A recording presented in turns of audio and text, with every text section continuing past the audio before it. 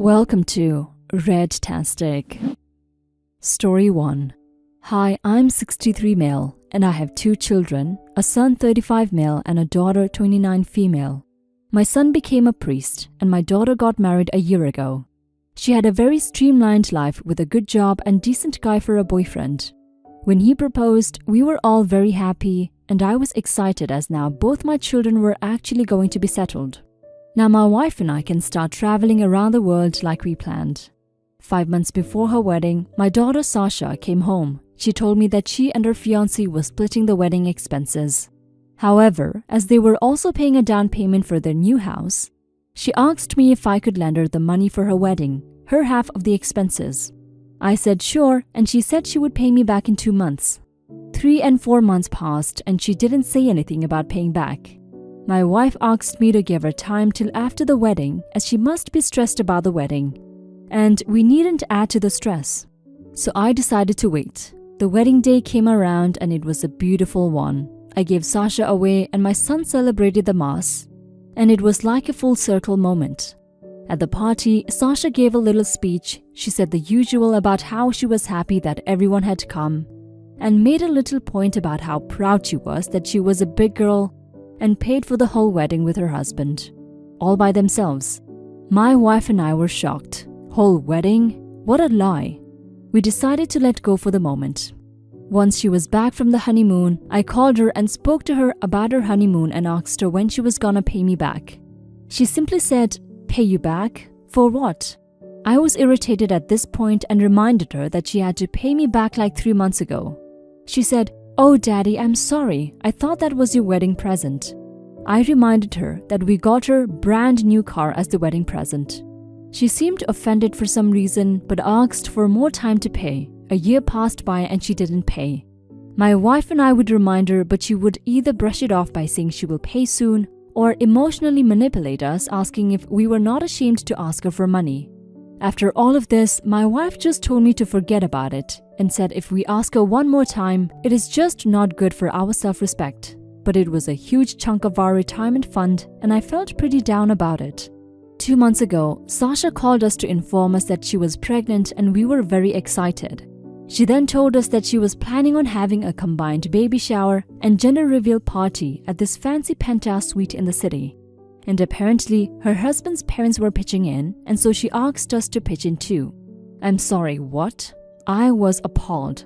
I kindly yet immediately told her that my wife and I won't be contributing as we already paid for her wedding. She was so mad and cut the call. We're not a penthouse suite rich kind of people. Neither is her husband nor his family. So I don't know what's going on here. Am I the a-hole? Update. Sasha called my wife asking her to convince me to pay, and obviously my wife took my side. She couldn't stand being said no to and she said it was our duty to provide for our grandchild. And that apparently as my son had no family, she should actually get more providence from us. My wife got extremely mad and told her that our lives did not revolve around her and that we had our own plans for retirement. Sasha actually laughed at that. The audacity. She called a few more times and we just kept refusing. I felt terrible but stood my ground. The baby shower is in 3 months and I wonder if we will be invited. You're not the a-hole, OP. Your daughter lied to you and took advantage of your kind heart. If she had approached you and asked you to give her money, then it would have been a different situation, but she borrowed from you, lied at her wedding about how she paid for everything, and refused to pay back what she owes you. She sounds like an a-hole. Let's not mention her asking you for another contribution to a baby shower and gender reveal party. If she can't afford such an extravagant party, why does she go for it anyways? And then expect you to just cough up the money for it. You and your wife are probably not going to get invited to the party, but you will have to not let it bother you too much. You have to stand your ground. If not, you and your wife will go bankrupt trying to keep your relationship with Sasha. She'll never stop taking advantage of you. Story 2. I, 29 male, have 2 kids, 8 female and 5 male. I am a pediatric physician and my wife is a kindergarten teacher. My wife works in a different school district than the kids. My wife's district has 2 teachers per grade, so they decided one would do online and one would do in person. My kids' school, however, is online only. My wife chose to be the online teacher for kindergarten so we wouldn't have to hire a babysitter for the kids. Well, it's like she's not even there. The kids call me for everything and their mom doesn't supervise them at all. I get that, but at the same time, I know she could take 2 minutes to go check on them when her kindergarteners are doing an assignment or something. She has literally admitted to being on her phone when that happens. And there are 2 parents on the call who she says do absolutely nothing. Granted, I only know what she tells me about teaching online, so I may be wrong. The kids can both call and FaceTime on their tablets and they are constantly calling me at work. I have an intern who picks up whenever they call me when I'm with a patient. Usually he just tells the kids when I'll be out of an appointment, but I just have him pick up to make sure there isn't an emergency. Usually they need help with Google Meet, but the other day, right before I had an appointment, my daughter called and said my son had thrown up. She said she tried to get her mom, but she just said to call me. I texted my wife to go and check on our son and then went into the appointment. My intern said that my daughter texted me saying my wife said to come home, but I'm not allowed to leave in the middle of an appointment. I rescheduled the rest of my appointments for the day and went home right after. I went home and my 5-year-old was pretty sick with a stomach bug. My wife was still in class when I got back. After she was done, we got in a big fight. The kids couldn't hear, in case you were wondering. She said I should have come home immediately, and I said she should have just had one of the parents teach the rest of her class. She shares a lesson plan with them every morning. I understand her not being able to drop everything when the kids need help, but in that case, I think we should hire a babysitter. My wife doesn't want to, as she doesn't like the idea of somebody else raising our kids. I think coming a few days a week to make sure our kids don't die doesn't count as raising them. And after today, I feel like our children's safety matters more than my wife's ego.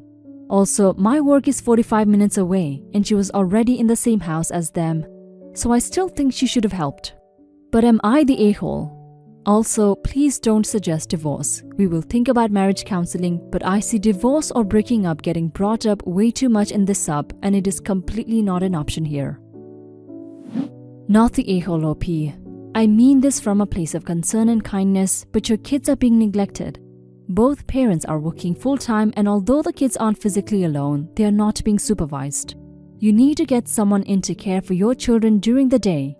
You both have jobs that can't just be done later or pushed aside to meet the needs of the children. You are too far away to be the one to leave work for the children, and your wife likely cannot leave even though she is in the other room.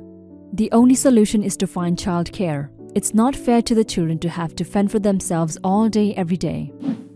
Now for some comments. Not the a-hole. As of right now, no one is raising your kids. They are too young to be alone. The fact your wife couldn't check in on your sick son and expected you to drive 45 minutes to do it when she's in the next room is ridiculous. Your wife is at home. It makes logical sense that she would check on the kids if they were sick. Whereas you were 45 minutes away. What if something happened in those 45 minutes? Doesn't make sense. Your wife is the a-hole here big time.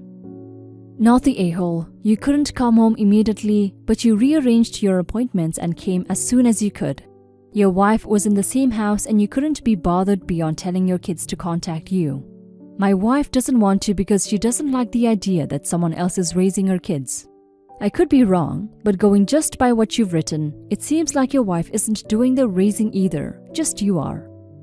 She decided to teach from home to avoid hiring a nanny because she wanted to be the one to raise your kids. That was the choice that she made. She needs to start living up to that choice and actually raise your kids. If the parent who works 45 minutes away from the home is more accessible than the parent in the next room, that is a huge red flag. Not the a-hole OP, but you need to have a serious conversation with your wife about the division of parenting responsibilities based on proximity. She chose to stay home. She needs to actually be home, available to her young children. If she's not willing to do that, you have to hire a nanny. Relying on you to drop everything and come home for every little thing is unrealistic, unsustainable, and unnecessary when a perfectly capable parent is in the very next room. Story 3.